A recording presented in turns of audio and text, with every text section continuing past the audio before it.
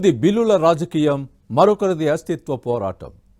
Collection కోసం ఒకరు party మారి అధినాయకత్వానికి దిమ్మదిరిగే షాక్ ఇస్తే రాజీనామా ప్రకటనతో మరొకరు ఝలకిచ్చారు. ఇంతకీ ఎవరా నేతలు, ఏ పార్టీ, ఏంటా కథ? Let's watch the story.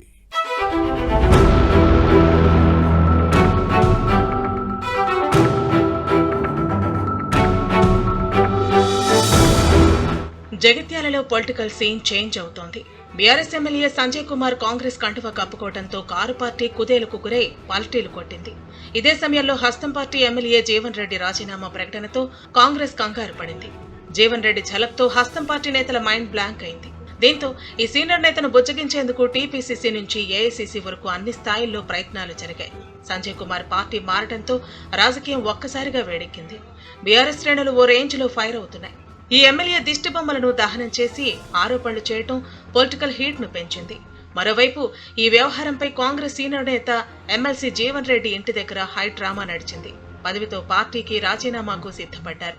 తనకు కనీసం మాటైనా చెప్పకుండా సంజయ్ కుమార్ ను కాంగ్రెస్ లో చేర్చుకోవడంపై తీవ్ర అసంతృప్తిని వ్యక్తం చేశారు. మంత్రులు, ప్రభుత్వ విప్ ఈ నేత ఆగ్రహాన్ని చల్లార్చే ప్రయత్నం చేశారు. పార్టీకి నష్టం చేసేలా ఎలాంటి నిర్ణయం తీసుకోవద్దని, అధిష్టానం అండగా ఉంటుందని హామీ ఇవ్వడంతో ప్రస్తుతానికి శాంతించారు.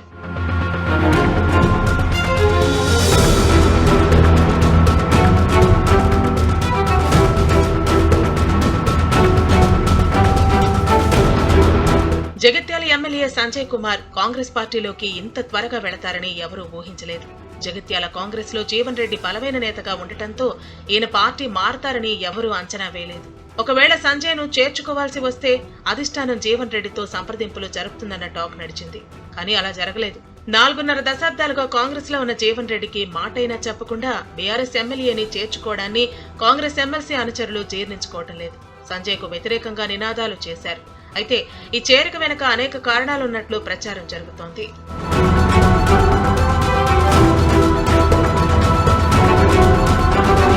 రెండు 2014లో ఎన్నికల సమయంలో సంజయ్ కుమార్ ను కల్వకుంట్ల కవిత బీఆర్ఎస్ లోకి ఆహ్వానించింది. జగిత్యాల టికెట్ ఇప్పించారు. అయితే ఉమ్మడి కరీంనగర్ జిల్లాతో పాటు నిజామాబాద్ పార్లమెంటు స్థానం పరిధిలో అప్పట్లో బీఆర్ఎస్ ఓడిన ఏకైక సీటు జగిత్యాలే. బీఆర్ఎస్ గాలిని తట్టుకుని జీవన్ రెడ్డి కాంగ్రెస్ ఎమ్మెల్యేగా గెలిచారు. అయితే కవిత తన రాజకీయ వ్యూహంతో అభివృద్ధి పనుల పేరుతో జీవన్ రెడ్డిని టార్గెట్ చేశారు. 2018లో సంజయ్ కు సీటు ఇప్పించుకుని అత్యంత భారీ మెజార్టీతో గెలిపించారు. ఆ తర్వాత 2019లో కల్వకుంట్ల కవిత నిజామాబాద్ ఎంపీగా ఓడిపోవడంతో సంజయ్ కుమార్ కు జిల్లాలోని బీఆర్ఎస్ నేతలకు మధ్య విభేదాలు తలెత్తాయి. కవిత ఓటమికి ఈయనే కారణమని కొందరు ప్రచారం చేశారు. దీంతో కల్వకుంట్ల కవితకు ఎమ్మెల్యే సంజయ్ కు మధ్య గ్యాప్ పెరిగింది. ఓ దశలో 2023లో ఈయనకు టికెట్ కూడా రాదన్న ప్రచారం జరిగింది.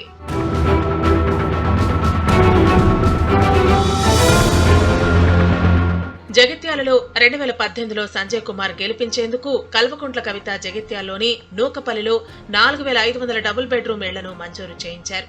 ఆ పనులను చాలా వరకు సంజయ్ కుమార్ వియ్యంకుడు రమేష్ రావు పూర్తి చేయించారు. అయితే ఈయనకు బిల్లులు సకాలంలో రాలేదు. బీఆర్ఎస్ లో ఉన్నప్పుడు అరాకొరా నిధులు మాత్రమే ఇవ్వటంతో ఇబ్బంది పడ్డారు. ఈలోగా 2023లో రేవంత్ రెడ్డి నేతృత్వంలో సర్కారు అధికారంలోకి వచ్చింది. దీంతో అసలు బిల్లులు వస్తాయా రావా అన్న ఆందోళన సంజయ్ కుమార్ లో నెలకొంది. అయితే సంజయ్ కుమార్ సీఎం రేవంత్ రెడ్డిని మర్యాదపూర్వకంగా కలిసి పెండింగ్ బిల్లులు వినతి పత్రం ఇచ్చారు. అడిగిన వెంటనే దాదాపు 30 కోట్లు విడుదల చేసింది కాంగ్రెస్ సర్కార్. దీంతో రేవంత్ రెడ్డిపై సంజయ్ కుమార్ తో పాటు వియ్యంకుడు రమేష్ రావుకు గౌరవం పెరిగింది. ఇదే సమయంలో పార్టీలో జరిగిన అవమానాలు సంజయ్ కుమార్ కు ఒక్కొక్కటిగా గుర్తొచ్చాయి.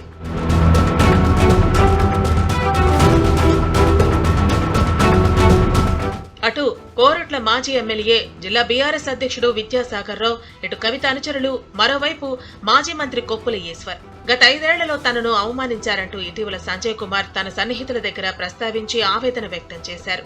అలా ఎవరికీ సమాచారం ఇవ్వకుండా ఉన్నట్టుండి కాంగ్రెస్ లో చేరిపోవడంతో జగిత్యాల్లో ఒక్కసారిగా రాజకీయ రచ్చను రాజేసింది.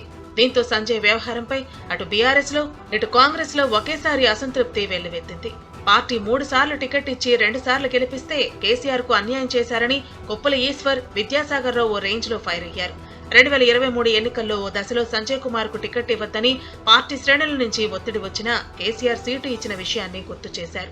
అలాంటి కేసీఆర్ ను వదిలిపోవటం సంజయ్ అవకాశవాదానికి పరాకాష్ట అనే కామెంట్స్ వచ్చాయి. మొత్తానికి ఇటు సంజయ్ అటు జీవన్ రెడ్డి వ్యవహారం రగడకు దారితీసింది. సంజయ్ కాంగ్రెస్ కండువా కప్పుకోవడంతో రెండు పార్టీల్లో కల్లోలం చెలరేగింది. ఎమ్మెల్యేలు పార్టీలు మారినా కంగారు పడొద్దని కారు పార్టీ అధినేత గులాబీ శ్రేణులకు భరోసా ఇచ్చారు. మళ్లీ ఉద్యమ పంథాలో ప్రజల ముందుకు వెళ్లి కాంగ్రెస్ అరాచకాలను ఎండగట్టాలనే ప్లాన్లో ఉన్నారు. ఇక ఎమ్మెల్సీ జీవన్ రెడ్డి వ్యవహారంలో హస్తం పార్టీ అధిష్టానం ఎలాంటి నిర్ణయం తీసుకుంటుందో చూడాలి.